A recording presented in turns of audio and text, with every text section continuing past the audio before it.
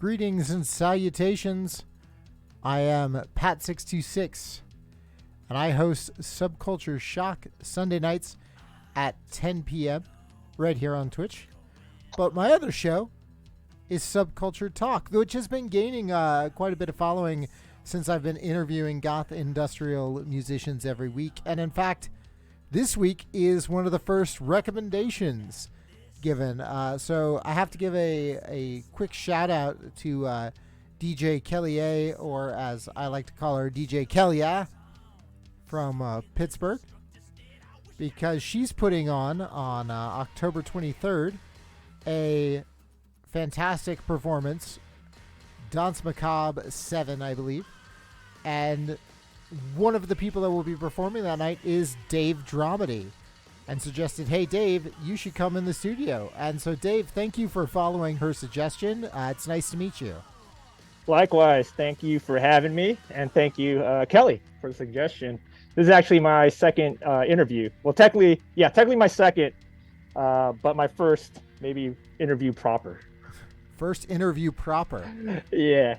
Well, don't worry. They're all good. It's all uphill from here. You're good to go. Okay. Okay, Let's do it. Let's do it. Yeah, we'll get all of the kinks out of the way here. All right. What if I like the kinks, though? I mean, I at least do enjoy a good, should I stay or should I go? Okay. So, you thought I was going to talk about sex stuff. Oh, man. It is subculture talk. So, that's what I was expecting.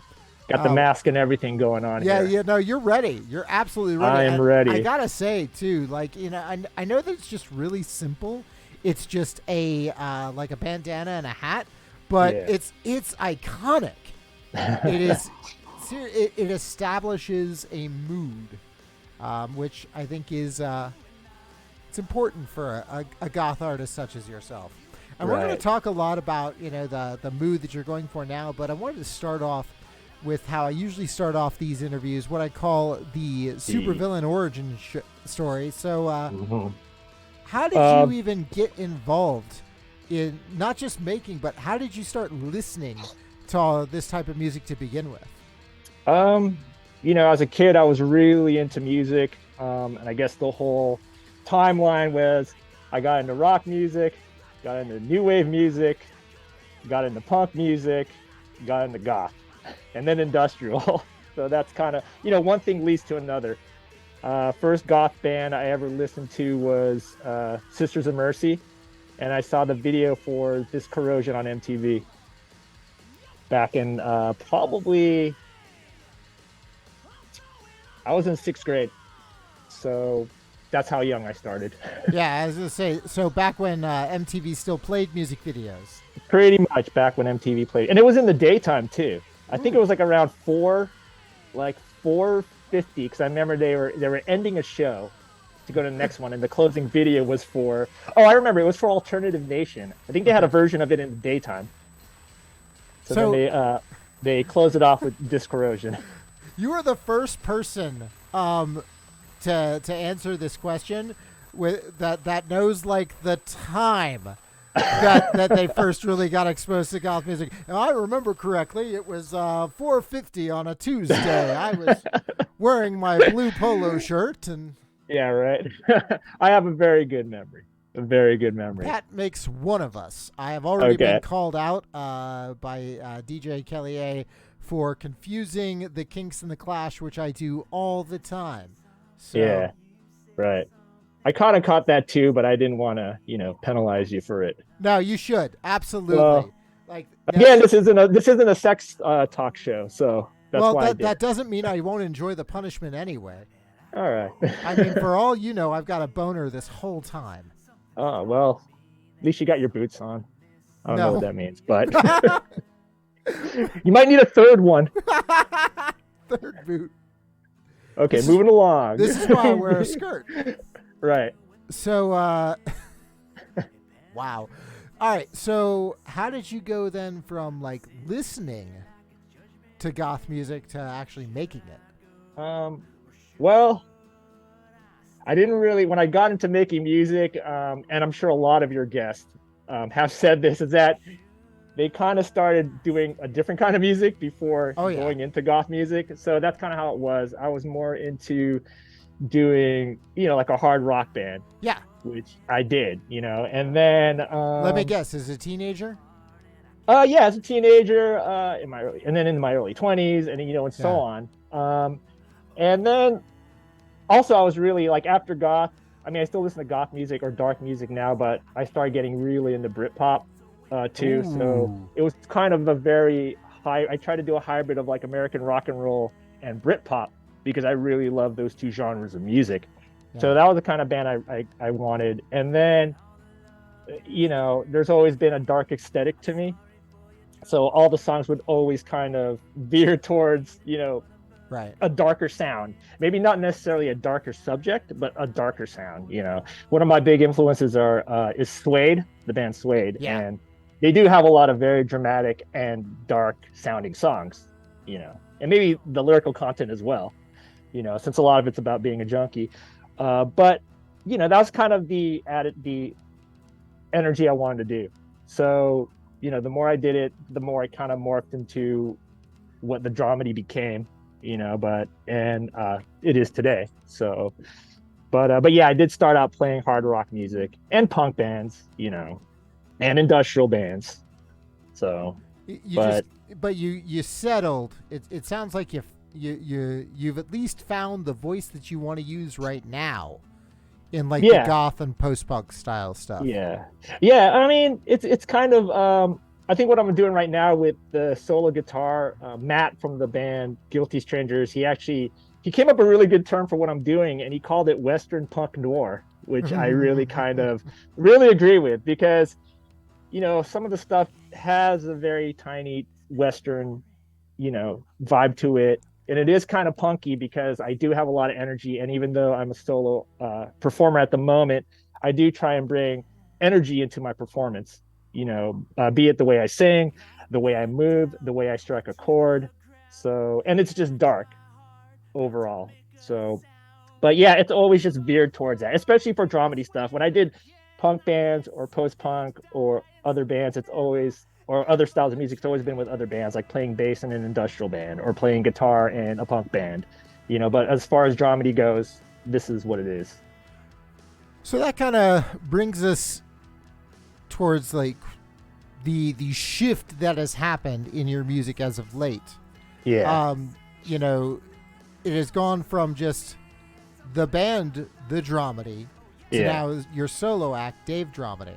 Right. And what intrigues me about this is that you've just mentioned that you've been in a lot of different bands before. With I'm sure a variety of different names, but why hold on to the Dramedy for your solo work? Why continue that music and that aesthetic moving forward, even as the music itself has changed from a full backing band to you and a 6-string guitar? Because I think it's me. When I was playing in other bands, a lot of it wasn't my identity. It's usually, the singer or the guitar player's, project. So of course, they usually would have the final say.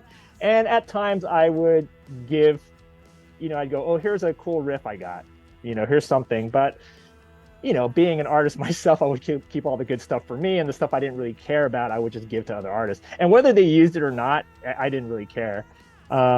So, because it wasn't really my project. The dramedy is my project and, my way of doing things. And as far as you mentioned, like the dramedy being a band at first, and now me going as Dave Dramedy, I kind of went backwards. Usually some people start out solo and then they put a band together and then they play around. For me, it's like I put a band together and I started playing around, but I couldn't really get a group of people together to stick around long enough to even, have a stable lineup.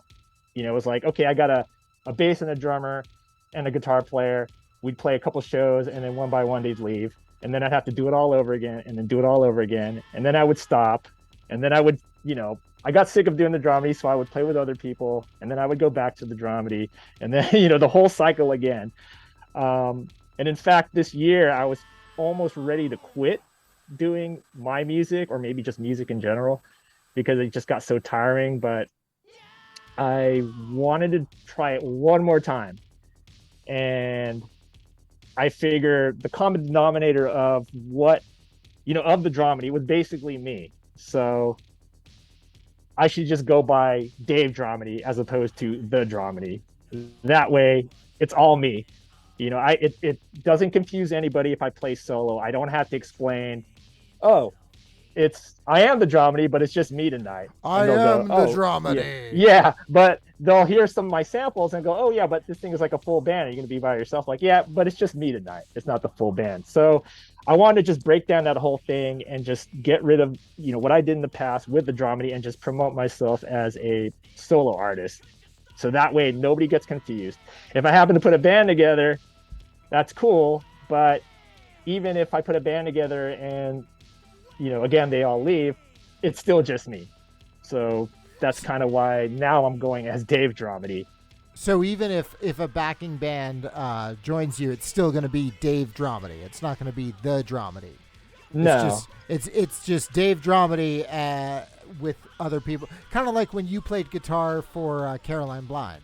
Yeah, bass and guitar. Yeah, it's still Caroline Blind. She's the one who, it's her stuff. It's her music. Yeah. And I backed her, and that's totally fine with me because that was a great gig to do.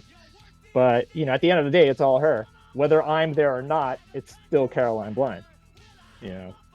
I feel like that would also be freeing because that allows you to you wouldn't necessarily have to take the same backing band with you on a whole tour. Even you could just have different people, for this leg of the tour, these are the musicians that have learned this music. I get together with them. We have a couple practices, play that leg of the tour, and then keep going. Right. I mean, yeah. I mean, in a way, that's kind of like a pro of it, I suppose. That you don't have to, you don't have to be all like, oh, we can't do it because this guitar player can't do it. It's like, well, okay, he or she can't do it, so we'll get, them and see what they can do. Or if nobody can go, then I'll just go. So in a way, that's cool. But the only drawback is that sometimes I get sick of, doing songs by myself. I get sick of playing things. It's limiting. I could only go so far as one person and my guitar and my voice. Sometimes the songs aren't portrayed the way they're supposed to sound, but, there's plenty of people that do, shows that whether they have a band or not, they still play. I mean, Chelsea Wolfe, sometimes she does a full band, sometimes she doesn't.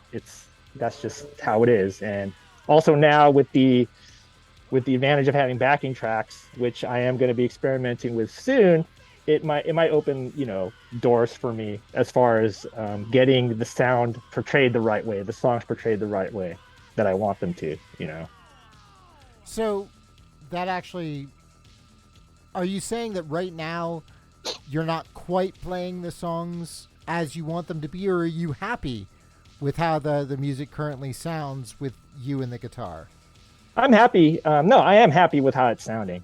I am happy with it. But like I said, some people in the audience, some like it too. Some people like it. Some people have come up to me and say like, oh, you need a full band. Understandable, whatever. But I am happy with it. But, like I said, sometimes, if you have a beat going on behind your backing track or a full band, it does open more doors. And I'm all about expanding. I'm all about moving forward. I'm all about, experimentation. And also with the, another decision I made when I started to return to the stage and return doing dramedy stuff is that I want to do something totally different. I want to do things a little bit different than I did before.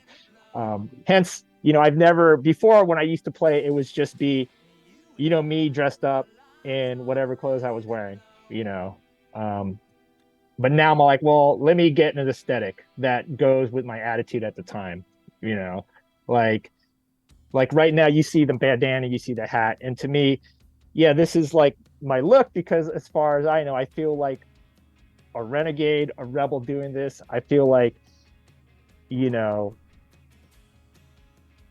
like a desperado of sorts, because Ken I'm by Magerman myself. actually It's in chat asking if I'm interviewing Orville Peck.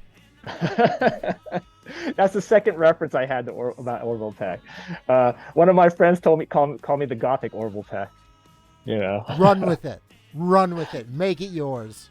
I mean, so far it's been going good, but it does reflect who I am and how I want the music portrayed. You know, it's being a renegade, it's being a rebel, it's being an outlaw of sorts, an outsider. You know, it's like, yeah, I couldn't form a band because nobody wanted to take this journey with me. Nobody wanted to go on tour. Nobody wanted to do the hard work. So And now you're the whether desperado. they want, but you know, yeah, that basically it's like, now it's like, okay, well, I still go on. If you don't want to go, then, you know, get off the boat or get off the ride. I'm going to keep going no matter what. So here I am. That actually makes me want to like beat this dead horse here, because of course this is the Thinks Too Much show. Yeah. When you're talking about, you know, the people that come up to you and say, you know, it's okay, you just need a full band. Patrick A. Ogle in the chat said, I believe jokingly, fuck the audience, who needs them? Oh, wait. But honestly, that's kind of what I want to be very serious about that. Right. About like those people that come up to you and say you need a full band. Unless they're immediately following that with, and I want to be in it, fuck them. Right. Because you are making the music that you want to be making right now, and the fact that you're willing to do that, whether there are other people with you or not, then the songs sound exactly what they need to sound like right now. And I say lean in to that desperado aesthetic. Lead into that lone gunman thing for as long as you're walking it alone. Yeah. Walk it alone and don't shortchange yourself, because I've heard the recordings, the bootlegs that we'll be hearing a little bit later in the interview. Yeah. And yes, it's different from the earlier stuff of the Dramedy, but it's still very much you. Yeah. And that's what definitely. People are supposedly there to see. Right. But also it's like, I mean, you know, for me to go and put on background, I'm not doing it because of the audience. I'm doing it because I'm making the decision to do it, because I want to try it out. I've never done it before. And again, one of the things I decided to do is like, okay, I'm going to do things I've never done before, you know, with this version of Dave Dramedy. And I've never done backing tracks, at least for myself. You know, I've always believed, like, I'm playing rock music, I would like to have a band. I don't think backing tracks is going to translate well, you know. But more I thought about, you know what, I'm going to try it out. Let me see. You know, I could always go backwards. I could always try it out and just, if it doesn't work, if I don't like it, then never mind. I won't do it anymore, and I'll just keep going. But I'll never know unless I try. Yeah. So, yeah. And who knows what's going to happen? I mean, whether it opens doors, whether it closes doors, I won't know until I try and do it. So, you know, I mean, I'm with you. I'm with Patrick. When, you know, if someone comes up to me and they don't like it, fuck them. You know, who cares? You know, if someone says you need a band, I'm like, well, whatever. This is what I got right now. This is what I'm doing right now. Are you joining my band? Am I joining your band? No, yeah. Oh, yeah. It was them. Yeah. Yeah. Yeah. So, a lot of times, you know, a lot of people have their own bands too, you know, but like I said, if I put a band together, I want people to be in it that want to be in it. You know, I don't want people who are going to be half-assing it again, you know, talking about it. You know, it's like, okay, if you're going to talk about it, then you better put your money where your mouth is. Because if you don't, then get the hell out of here. You know, I don't need that kind of attitude. I'm just going to keep moving forward. So, I mean, yeah, it's mostly for me. I mean, I'm doing this because I want to do it. I'm going to try out the backing tracks because I want to do the backing tracks. You know, I just want to keep moving forward. I want to try different things. I want to expand. So here we go. So with that in mind, what can the lucky audience in Pittsburgh expect on October the 23rd? They will be expecting just me, my guitar, and my vocals. That's it. What I've been doing for the past 6 months. So no backing tracks yet. The backing tracks will probably start either in December or next year. You So know? really what you're saying is it's a limited time performance. Yeah, kind of. Yeah. You know, but I could always go back. Like I said, you know, I could always go back. It's like, you know, you cut your hair. It's going to grow. Well, some people won't grow back, but you know, that was a bad analogy, actually. Yeah, Like, but for some of us, you know, it will grow back. So, some people grow that hair out and leave it as long as they can for that last hurrah. Right. So, but yeah, but for now, I'm just going to be my guitar and my voice, you know. And I have a show in San Diego also when I get back. Same thing, my voice and my guitar. And if I understand correctly, the 23rd is just part of like a little mini tour, right? Yeah, I'm doing it with Thanatos, who's in the Awesome. chat room too. Yeah, it's great. It's going to be 3 shows. It's going to be Pittsburgh on the 23rd for, you know, with DJ Kelly A. We're going to go to Smalls in Detroit on Tuesday the 24th, October 24th, and then G-Man Tavern in Chicago on the 26th, I believe. Wait, 25th in Detroit, 26th in Chicago. And DJ Scary Lady Sarah is going to be DJing in Chicago. Huh. Yeah, and Pleasure Chain will be in Detroit. I was going to say, you just get to hang out with all the cool people. Well, they get to hang out with me. Yeah. Oh, there we go. Oh, there we go. See, that's that confidence I was talking about. Hell yeah. They get to have my presence. Yep. Yeah. And they get to bring you presents. They could. They could bring me presents. Yeah. No. Guitar strings. Bring me guitar strings. Well, so. See, I figure you're getting the great present of DJ Kelly A putting this on for you, because I figure otherwise she would totally be coming to my wedding. So. Yeah. Wow. Yeah. And maybe I would be coming to your wedding too. Yeah, that would be cool. You could. I could have played the reception. You could have. Yeah. But I think you're gonna have a lot more fun in Pittsburgh, and I think there will be a lot more people there. You know, maybe. Oh, definitely. No, but it's gonna be great. You know, Thanatos is gonna be you know, Caroline Blind. She recommended that I contact Thanatos, and you know, I contacted him. He seemed into it, and that kind of, you know, got the ball rolling for me to, you know, contact DJ Kelly. And then after she was actually the first one to get the date down, and after that, it kind of was like, okay, we're actually doing this. So it's great. It's you know, we're going to be traveling together, and you know, it's going to be his first time meeting Patrick, so it'll be great. I'm looking forward to it, and looking forward to playing these cities, playing my music, which is great. So this makes sense now as to why earlier on Patrick asked the question, has Dave ever murdered anyone he's played shows with? Have I murdered anybody I've played shows with? I get the reference for this now. It was not just a fun question. He's looking out for his safety. Well, maybe I have, maybe I haven't. Guess we'll have to see. It's part of that mystique, part of that outlaw mystique. Shot a man in Reno just to watch him die. Mm-hmm. And in Vegas. But yeah, I'm really looking forward to it. So it's going to be great. Oh, and also, you know, I was also thinking about I should give a shout out to Caroline and the Wake as a little promotion for them. They're going to be playing in Newark, and I guess it's the Wake's like one of their only shows in the U.S. in Newark on Saturday, the October 22nd. Okay. So, yeah, I was thinking about maybe taking the drive out there since I'll be out there around that time. But we'll see. If you're close, let's just go for it. 5 hours away. That's pretty close, right? You can do that standing on your head. Right. I could. We'll see. You know, we'll see what happens. All right. So we've talked a lot about the music aspect of what you're doing now. So let's look at it a little bit more musically, but also lyrically. Has the style of what you've been writing, both musically and lyrically, changed now that it's just you and the guitar for the moment? Or are you mostly performing songs you had written for a full band before just with a guitar?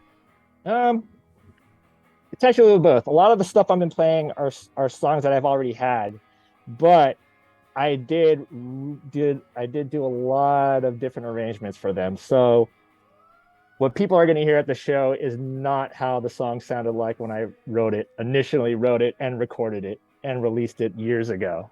So it is an old song, yes, but it's a new song, one that fits more of my style now, the Dave Dramedy style now. So, which is, which I'm enjoying, which goes with the whole Western punk noir that I'm telling you about right now. So, but yeah, I've written certain things that are new. Nothing that's a complete song just yet, but it's more in this vein. If people have heard the bootleg stuff that I've playing released in the on background right now. Yeah, it's like that style.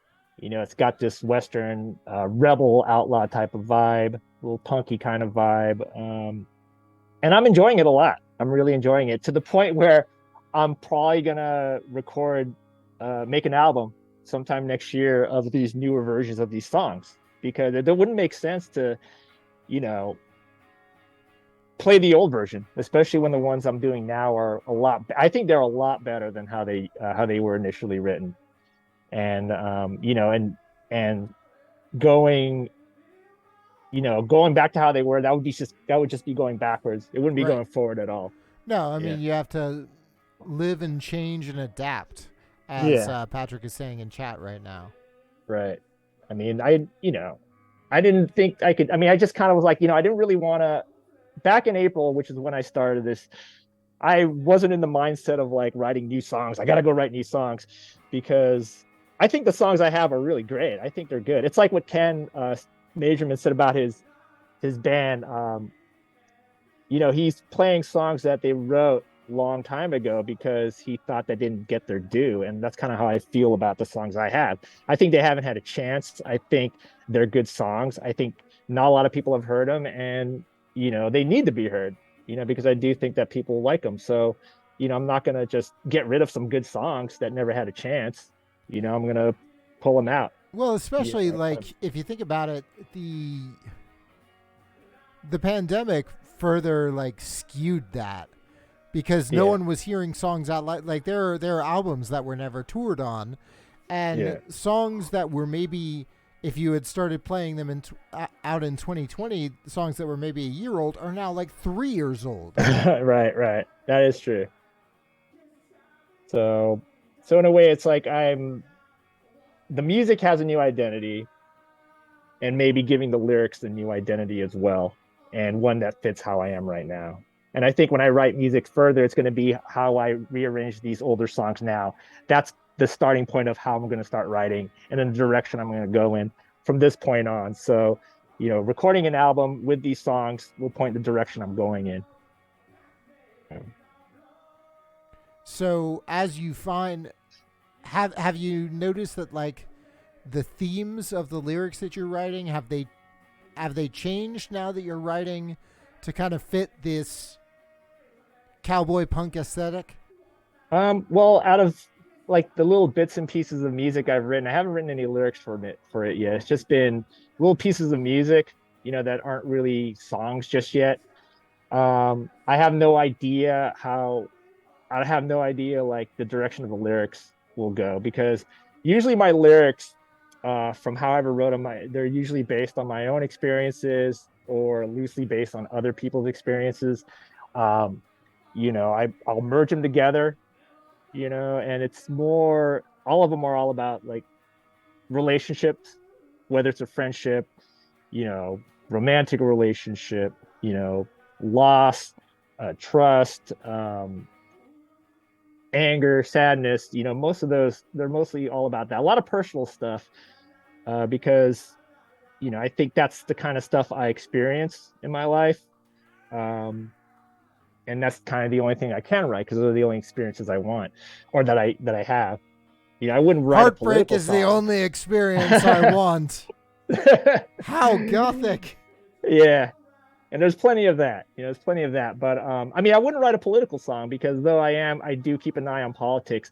It's just not my nature to go and, talk politics, with, I don't think I'm in a position to go promote certain politics. I don't want to be in that field because I'm not an expert in that field. So anything I say is like my That opinion. doesn't stop most politicians. Yeah, but I really don't want to go in that direction. It's okay. It just isn't me. I did it one time. I did try and write a political song, and I just did not feel comfortable singing it. And I was like, I got to change these. It is just not me. It's not working. So, but right now I haven't really written any real lyrics just yet. And to tell you the truth, I'm having a little trouble on, figuring out stuff to write. So. Maybe That's where I am for right now. Maybe some fake lyrics right now. Yeah. Nah, I could, I suppose, or some like just bubblegum type lyrics. Who knows? We'll see. We'll see. I'll cross that bridge when it comes. So in the meantime, what? You said that you still have a lot of high energy in performance. Yes. How is it different to have high energy with a backing band versus having high energy when it's just you and the guitar? I don't know, but I mean, I move around a bit on stage. I like to kind of, when I was a kid, I would go to shows, and I always loved it when, the band I was watching would move around, would, they would sing, they would perform the songs, they would sing the songs, but sometimes every now and then it would sound exactly like the record. Sure. Like the singer might do different notes here or there, might sing something different, might add something. So I try and do that a lot when I perform. I pretended that. Really, I just forgot the words.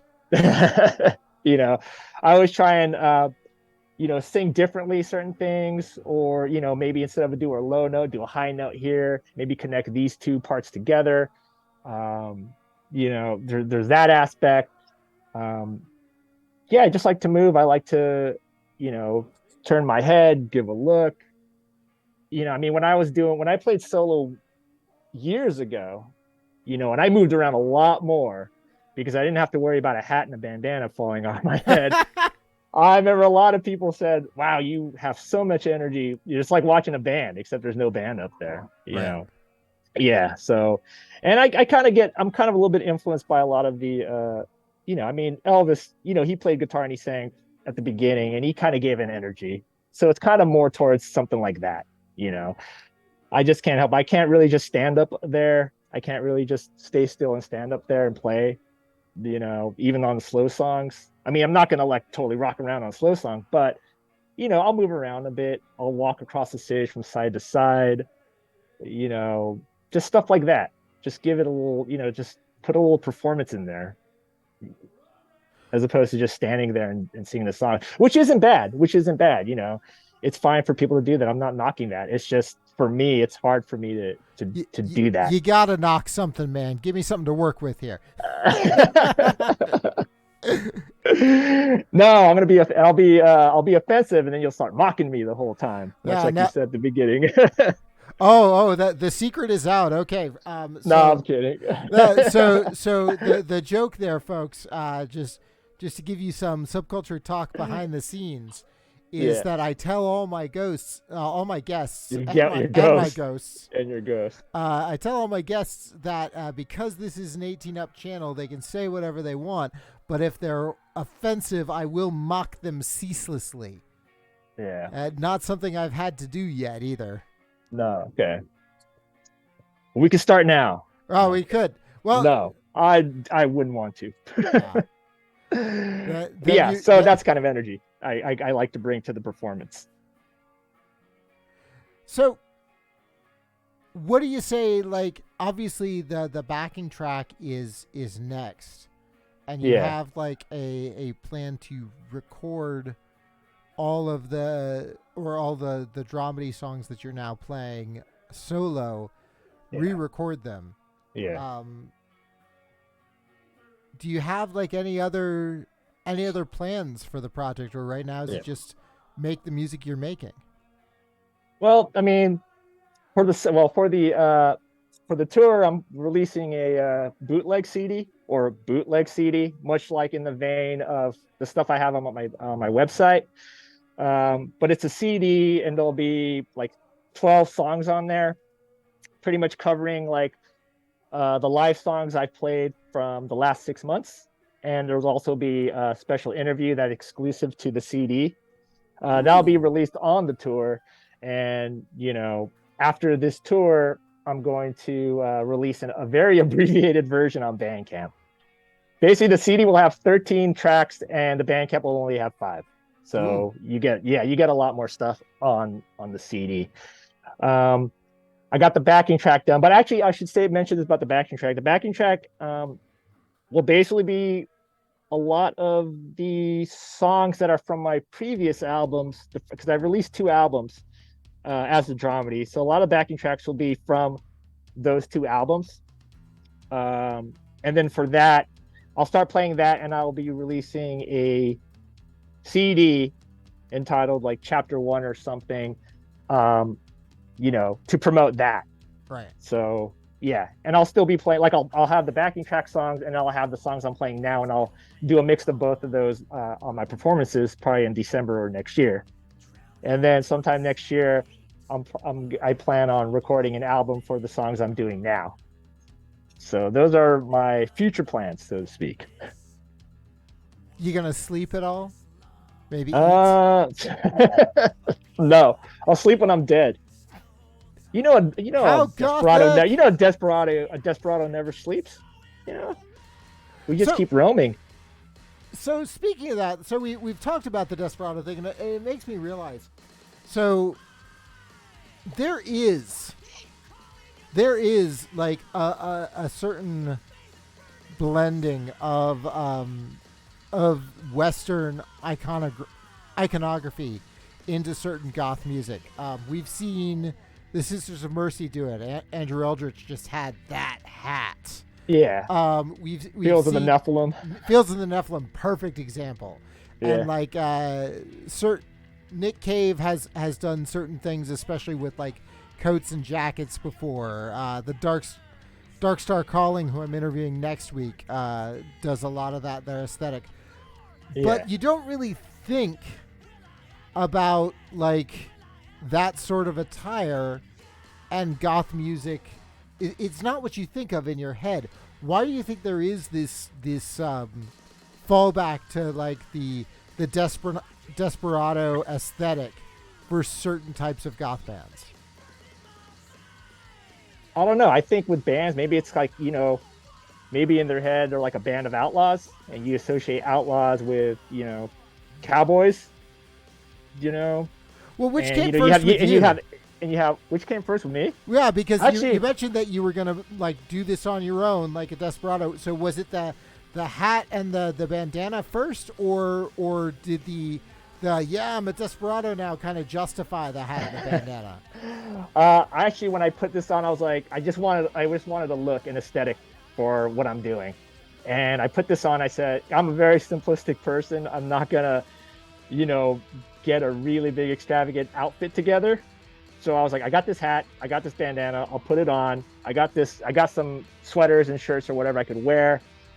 So I just went out like that. And then a lot of times people kept coming up to me that you have this Western desperado look. And I was like, okay, I guess I'm running with that now. That's it. And I was thinking, well, that's kind of like my attitude, being a rebel, being an outsider, being a renegade, doing things that, a lot of people aren't doing. Well, I shouldn't say it, but doing something that, it's just a little bit different than what other people are doing. And I always thought, like, why do you think, it's Western? Because I'm not wearing a cowboy hat, I'm wearing a fedora. Right. That's not really Western. But I guess they see the bandana, they see a hat like this that's not a baseball cap, and they think, Western. But it just works for me, and I like it. It goes with the aesthetic. And then a lot of my songs, the rearrangements, they ended up being more towards that.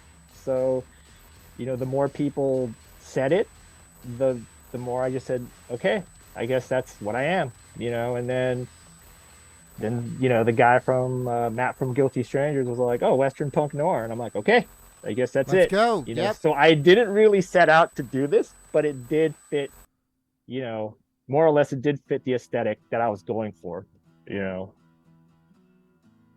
so there you According go. to DJ Lady James in chat, you Yeah. also have a very nice pair of boots. Oh yeah. They're like these Chelsea boots. These Chelsea boots that are pointy, which Ooh. I've had and I never wore. And I was like, well, I have these boots, so I guess I'll wear these too.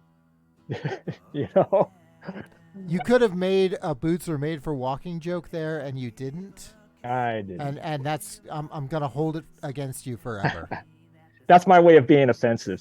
Oh, okay, fair enough. You offend me by your lack of boots are made for walking reference. Outlaws aren't supposed to be funny. We take things very, very, very seriously. Very seriously. Very seriously. Okay. Seriously. Johnny Cash disagrees with you. Okay. And there is not a man alive who doesn't recognize himself as a wuss compared to Johnny Cash. Right. Fair enough. Cool. But yeah, so that's the Desperado. That's how I became Desperado. So have you thought about, as you move forward with this sound and this aesthetic, is there any desire to take some of those more traditional Desperado type songs, like, for instance, reaching back to Johnny Cash's back catalog and things like that, and kind of incorporate them, or is that more its own thing, and you want to make your own thing with this aesthetic? Like, would I want to go take a Johnny Cash song and like perform that? Is that what you're asking? Or probably not. I mean, I would probably, if anything, I would probably take something that's not Western or not my aesthetic and then make it my aesthetic. Like, for example, one of the songs I play is a song by the band Cinderella. Oh, which one? Somebody Save Me. Really? Yeah. So it's on. Really? I released it. So the way I did it is it's a little bit different than how they do it.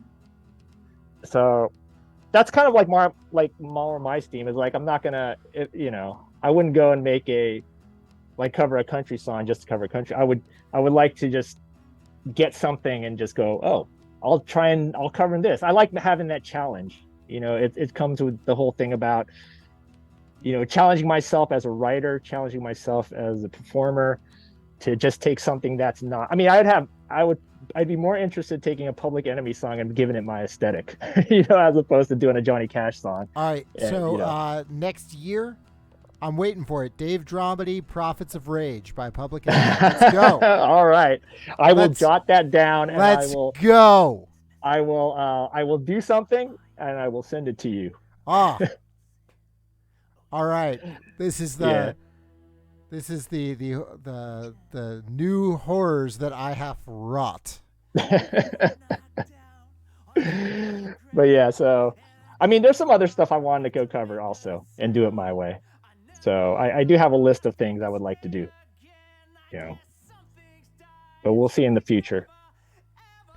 So, we've talked about your releases. So where can we find them? If people are looking so obviously if anybody in the area of your tour, and I want you to give us the dates and places again, that's the best way to catch your music. So in October, to catch me live, it's in Pittsburgh at Black Forge Coffee House for Dance Macabre 7 on Sunday, October 23rd. Detroit at Smalls on Tuesday, October 25th. G-Man Tavern in Chicago on Wednesday, October 26th. And then if you're in the San Diego area, it's November 5th. I will be at the Black Cat Bar on that date. As far as, and you can get my CD there, which will be sold exclusively at shows. as far as getting music digitally, easiest way, you could go to my website, www.thedramedy.com. And that's Dramedy spelled Dramedy. Some people might think it's ADY, but it's EDY.com. And that's the best way to do it. From there, you could go see the list of shows, you could see some press, you could see where you could buy merch and music. Just click the link, it'll take you over to Bandcamp, and you'll be able to buy the stuff digitally. And there'll be more shows in the future. I update it pretty regularly when new things come up. So that's the best way to do it. You can also follow me on Instagram. That's the best way to do it, where everything is like more updated, and that's at the Dramedy. Well, I really appreciate you being on the show tonight, Dave. Was there anything else you wanted to leave us with before I cut you loose? No, just thank you for having me, Pat66. Thank you for everybody for coming to shows and enjoying my music. It does mean a lot. Doing this stuff, it's really hard. It gets really stressful. It gets really frustrating and tiresome, but it's great to meet people that I connect with and that connect with the music. That's really why I'm doing this, to connect with people, because when I started listening to music at a young age, that's how, I didn't really have any friends, and how I connected were through music. So to have people have that connection to my music, that would be totally awesome and greatly appreciated, because it's kind of what I'm doing this for, and I would like to reach as many people as possible, expanding and going as far as I can go, whether I have a band or by myself. So I guess that's about it. Well, thank you again. Thank you to DJ Kellier for suggesting this meeting of the minds here. Thank you very much. And make sure that, if you're in Pittsburgh on October 23rd, you catch the show, because it's going to be bonkers good. Yeah. Oh, with Thanatos is playing. Yeah. And also, all 3 dates Thanatos is playing, and Charming Disaster will also be playing on the Pittsburgh date. Yeah. So there we go. Bonkers good show. Yeah. It'll be great fun. Check it out. Those of you that are listening live, go ahead and stick around, because we've got the after party up next. I'll be playing something from Dave's catalog, either solo stuff or the Dramedy. Yeah. And then crafting a beat-matched mix show from there. I have no idea what I'm going to play yet. The flow will develop itself. It'll be fun. And then, if you're watching YouTube later, well, thank you. Now you can go check out thedramedy.com. Do it. Do it. We have faith in you. You have the ability. All right. And thank you very much, Dave. You have a great night. You too.